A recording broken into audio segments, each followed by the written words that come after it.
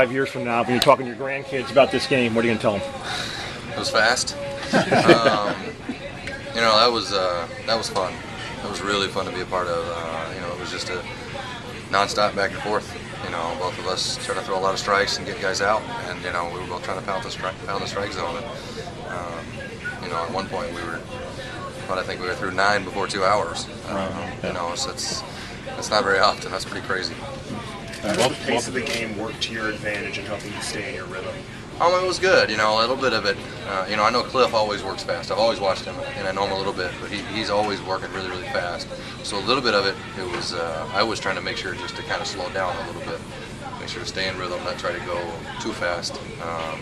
And I'll take a little extra time between innings. You know, let Buster come in, do his thing. So it was just kind of slowing things down a little bit in between innings, make sure to stay in a good rhythm. Do you think you had better stuff today than Friday, or same?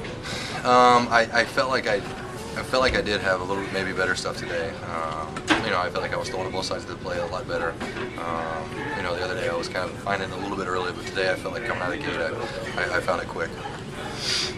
Have you ever, felt this good, these 2 back-to-back games in a row? Yeah, there's been times before. You know, there was times when I think my first full season I went on a stretch, and it's just, you know, you keep staying in your rhythm and keep doing your thing. About the winning rally, I mean, that was great. You know, that's the hard part is, you know, you go through the game so quick, and then all of a sudden you're at the end, and you know, you just want to win. You know, that was great for us to be able to pull out, you know, a win right there, get the guys to get some rallies at the end, get some momentum, and kind of keep that going. And obviously they did it in the 10th, and then pulling it off in the 11th. Did you get the sense, Matt, that in the game you and Cliff were kind of feeding off each other? You're trying to play a game of 1 up. At one point, I think you had retired 13 in a row. He had 11 in a row, something like that. I mean, I'm not thinking about that, but it's just one of those things. You're just trying to get back in the dugout quicker than, you know, just you know, get those 3 outs and get back in the dugout, get your guys back on the field, you know, try to get some hits. What was it like facing him? I think that's actually the first time I've hit off of it. I've never faced him, and it's sneaky. You know, he throws the ball, and he's got some good sink to it, and he's got some cut. But I mean, he's going to pound the zone, and he knows where it's going. So it's an uncomfortable at bat because you know he's going to throw a lot of strikes, but he's going to throw good quality pitches for strikes. So it's kind of funny, but it's one of those things where you're trying to hope that he misses over the plate. And a lot of the guys were thinking that, but he did a great job of really mixing things up. You know, I saw him throw a lot more changeups and stuff today than he's done in bats. you just lobbied a little bit too bad there. Tried. I did try, but it didn't work. I tried. How many mornings do you think you could have gone tonight? Oh, I don't know. I mean, that's who knows.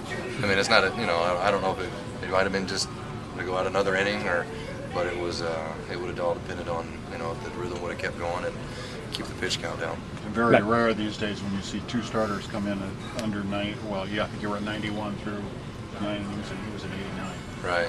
Yeah, definitely. You know, a lot of times it doesn't work out that way, but tonight it just kind of did.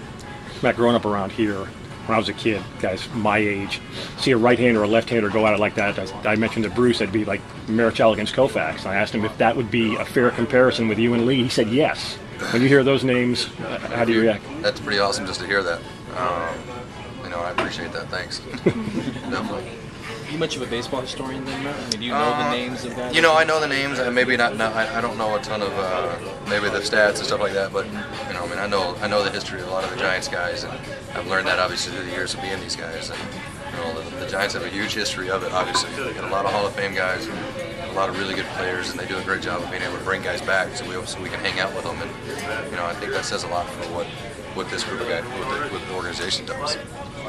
This win gave you guys your 3rd straight series. How important is that momentum heading into the road trip? It's huge. You know, we really needed that. You know, we started out real rough. We weren't doing things on the pitching side that we needed to get done, and the guys were hitting for us, and we weren't finding ways to win. And you know, we needed to take the last 3 series, and it's a good momentum for us to come out.